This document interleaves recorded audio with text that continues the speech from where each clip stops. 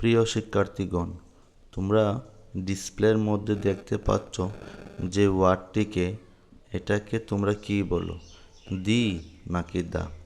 চলো আজকে আমরা এই বিষয়টা শিখে নিব যে কখন এটাকে দি বলা হয় আর কখন এটাকে দা বলা হয়। তার জন্য প্রথমে আমাদের জেনে নিতে হবে ভাওয়েল এবং কনসোনেন্ট সম্পর্কে। আমরা জানি ইংরেজিতে মোট 26টি লেটার আছে, তার মধ্যে 5টি ভাওয়েল আর বাকিগুলো হলো কনসোনেন্ট। ভাওয়েলগুলো হলো এ, ই, আই, ও, ইউ এবং বাকি সবগুলো হলো কনসোনেন্ট। তো কখন আমরা এটাকে দিয়ে এবং কখনো দা বলবো, এটা নির্ভর করে ভাওয়েল এবং কনসোনেন্টের উপর এবং ভাওয়েল এবং কনসোনেন্টের উচ্চারণের উপর বা সাউন্ডের উপর।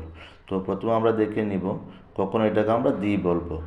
যখন ভাওয়েল দিয়ে শুরু কোনো ওয়ার্ডের সামনে যদি এই ওয়ার্ডটা থাকে, তখন আমরা এটাকে দি বলবো। যেমন তোমরা এখানে দেখতে পাচ্ছ দি আপেল, দি এগ, দি অরেঞ্জ।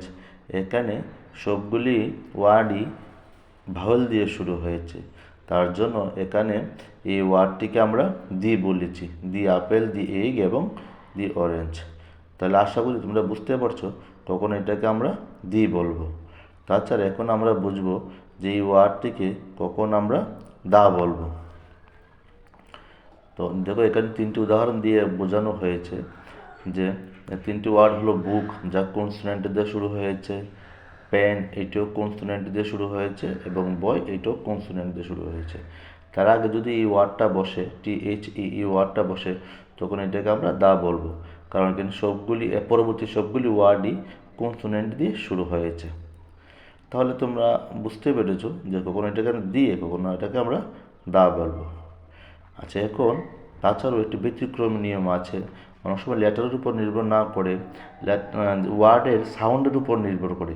যেমন এখানে দেখতে পাচ্ছ এখানে একটা ওয়ার্ড আওয়ার্ড, এই আওয়ার্ডটা কনসোনেন্ট দিয়ে শুরু হয়েছে, তবে এই সবটা ওয়ার্ডের উচ্চারণ করলে সাউন্ডটা ভাওয়েলের মতন আসে, ভাওয়েল সাউন্ড আসে। তার জন্য এখানে কনসোনেন্ট হওয়া সত্ত্বেও সামনের ওয়ার্ডটাকে আমরা দি বলবো। ঠিক একই রকমভাবে নিচে যে ওয়ার্ডটি দেখতে পাচ্ছ, এটি ভাওয়েল দিয়ে শুরু হয়েছে, তবে তার সাউন্ডটা ওয়াইয়ের মতন মানে কনসোনেন্টের মতন সাউন্ডটা আসে।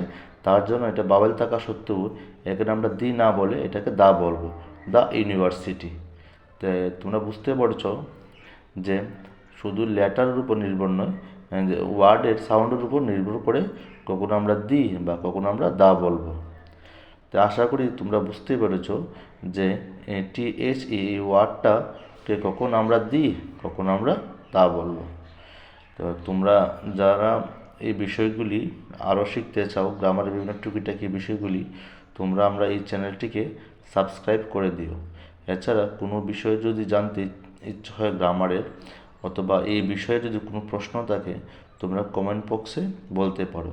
আমি চেষ্টা করব এগুলি সমাধান করে দেওয়ার জন্যে,